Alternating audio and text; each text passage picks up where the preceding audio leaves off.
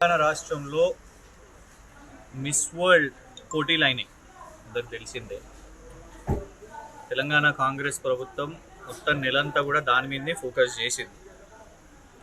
Miss England వాళ్ళ దేశంలో తను కాంపిటీషన్ గెలిచి మిస్ ఇంగ్లాండ్ ఇక్కడికి వచ్చినప్పుడు మరి ఇక్కడున్న కొన్ని ప్రోగ్రామ్స్లో కొన్ని ఈవెంట్స్లో తన మీద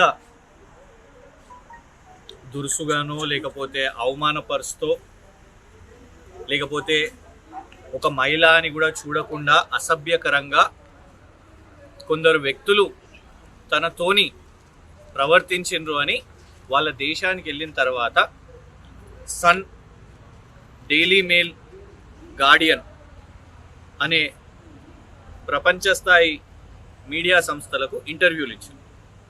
దాన్ని తెలంగాణ రాష్ట్రంలో ఉన్న అన్ని న్యూస్ పేపర్స్ కూడా రిపోర్ట్ చేసింది. సో తెలంగాణ ప్రభుత్వం ఏం చేయాలి?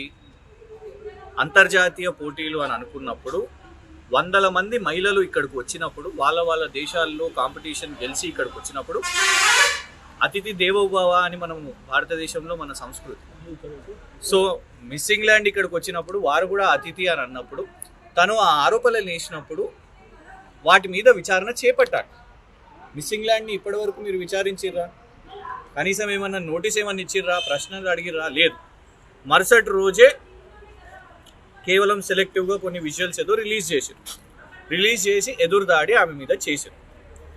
ఆమె ఒకవేళ నిజంగానే ఆమె చెప్పేది కూడా తప్పని అనుకుంటే ఎంబసీ ద్వారా మీరు లీగల్ నోటీసులు ఇవ్వండి. కానీ మీరు చేసింది ఏంటిది? కాంగ్రెస్ నాయకుడు రేవంత్ రెడ్డి గారి రైట్ హ్యాండ్. ఆయన కాంగ్రెస్లో ఎప్పుడు చేరిండో కూడా ఎవరికి తెలియదు. కాంగ్రెస్ వాళ్ళే ఆలోచిస్తున్నారు. ఆయన ఏం ఉద్యమంలో ఉన్నోడు కాదు, కాంగ్రెస్లో పుట్టుక నుంచి ఉన్నోడు కాదు.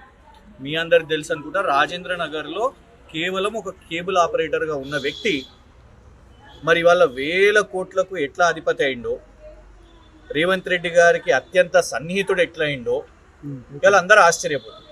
ఆయనకి ఇందులో ఏం సంబంధం? ఆరోపణ చేసింది మిస్ ఇంగ్లాండ్, విచారణ చేపట్టాల్సింది తెలంగాణ కాంగ్రెస్ ప్రభుత్వం.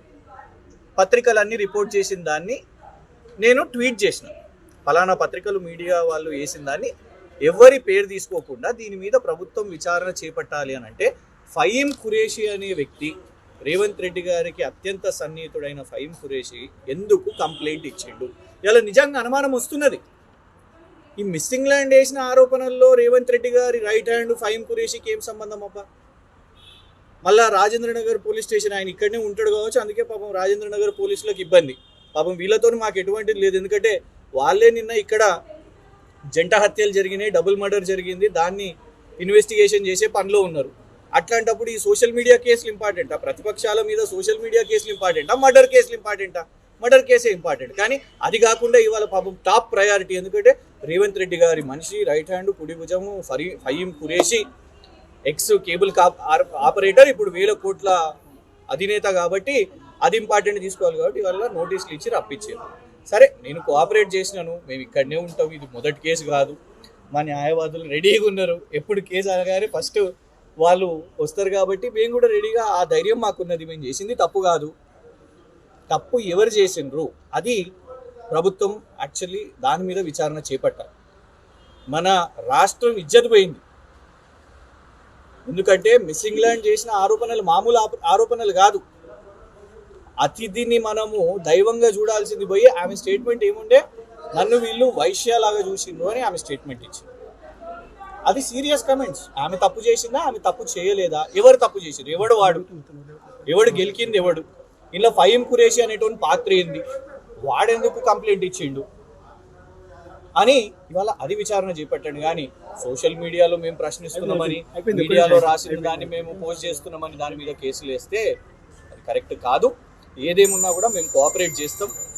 ఇది పోలీస్ డిపార్ట్మెంట్కి మాకు కాదు, ప్రభుత్వం గైడ్ చేసి వేసిన కేసు కాబట్టి డెఫినెట్గా దీన్ని మేము లీగల్గా పర్సూ చేస్తాము, ఖచ్చితంగా కోఆపరేట్ చేస్తామని చెప్పినాం. ఇవాళ కూడా పాపం వాళ్ళకు వేరే కేసెస్ కూడా సీరియస్ కేసెస్ ఉన్నాయి కాబట్టి మళ్ళొకసారి కూడా ఇవాళ వచ్చిండ్రు, మళ్ళొకసారి కూడా రండి అంటే ఏమున్నది, గచ్చిబౌలి పిఎస్కి 4 సార్లు తిప్పిర్రు, అన్ని పిఎస్లు తిప్పుతున్నారు. ఇవాళ నేను కాదు పాపం మా పెద్ద నాయకులు కేసీఆర్ గారు కాళేశ్వరం కట్టినందుకే ఆయనకి కమిషన్ అని చెప్పేవాటే. కాళేశ్వరం కట్టడం పాపం అయిపోయింది పరిస్థితి. హరీష్ రావు గారిని రమ్మనంటున్నారు, కేటీఆర్ గారిని రమ్మంటున్నారు. బీఆర్ఎస్ నాయకులు అందరూ కూడా ఇవాళ ఏదో రకంగా రాష్ట్ర వ్యాప్తంగా ప్రతిపక్షంలో ఉన్నాం కాబట్టి మా మీద కేసులు ఇవన్నీ కూడా వేస్తున్నారు. దీన్ని ఎదుర్కోవడానికి బీఆర్ఎస్ పార్టీ, మా లీగల్ సెల్ అందరూ కూడా కలిసికట్టుగా దీని మీద పోరాటం చేస్తాము. డెఫినెట్గా వీటిని ఎదుర్కొంటాం. ప్రభుత్వం పనికి మాలిన చేష్టలు, వాళ్ళు ప్రభుత్వంలో ఉన్నారు, వాళ్ళు చేయాల్సింది పాలన. ఎవరో ఫహీం ఖురేషి అనేట ఆయన కేసు వేసిండు కదా అని దాన్ని ఏదో సీరియస్ తీసుకోవాలి అని అంటే, ఇక్కడ ఫహీం ఖురేషిని కాపాడడానికి అన్నట్టు కనబడుతున్నది. కానీ మిస్సింగ్ ల్యాండ్ ఒక మహిళ అంత సీరియస్ కమెంట్ చేస్తే దాంట్లో నిజమేంటిదో తేలాలని లేదు. వాళ్ళ అనుచరులను కాపాడుకునే ప్రయత్నంలో ఉన్నారు. ప్రభుత్వం కంటే ఇంపార్టెంట్ తన కుడి భుజం, ఎడమ భుజం, వాళ్ళు వేసే ఈ పనికి మాలిన కేసులు దీని చుట్టూ ఉన్నారు. కాబట్టి ప్రజలే నిర్ణయించుకుంటారు కాంగ్రెస్ ప్రభుత్వం ప్రయారిటీస్ ఏంటిదో. ఒకటే బాధ ఏంటంటే తెలంగాణ ఇప్పటి వరకు చాలా మంచి పేరు తెచ్చుకున్నది ప్రపంచ స్థాయిలో. ఒక ఇవాంకా ట్రంప్ కానివ్వండి, లేకపోతే ఒక సత్యా నాదెల్లా కానివ్వండి, ఇట్లాంటి పోయి తెలంగాణ గురించి గొప్పగా మాట్లాడారు వాళ్ళ దేశాల్లో. ఇట్లా ఫస్ట్ టైము మిస్సింగ్ ల్యాండ్ వెళ్ళి తెలంగాణలో జరిగిన ఈవెంట్స్లో, ప్రభుత్వము ఆర్గనైజ్ చేసిన ఈవెంట్స్లో నన్ను వైశ్యలాగా చూసిండ్రు అని అనడం మనకు సిగ్గుచేటు కదా. సో దాని మీద ప్రభుత్వం సీరియస్గా ఫోకస్ చేయాలి.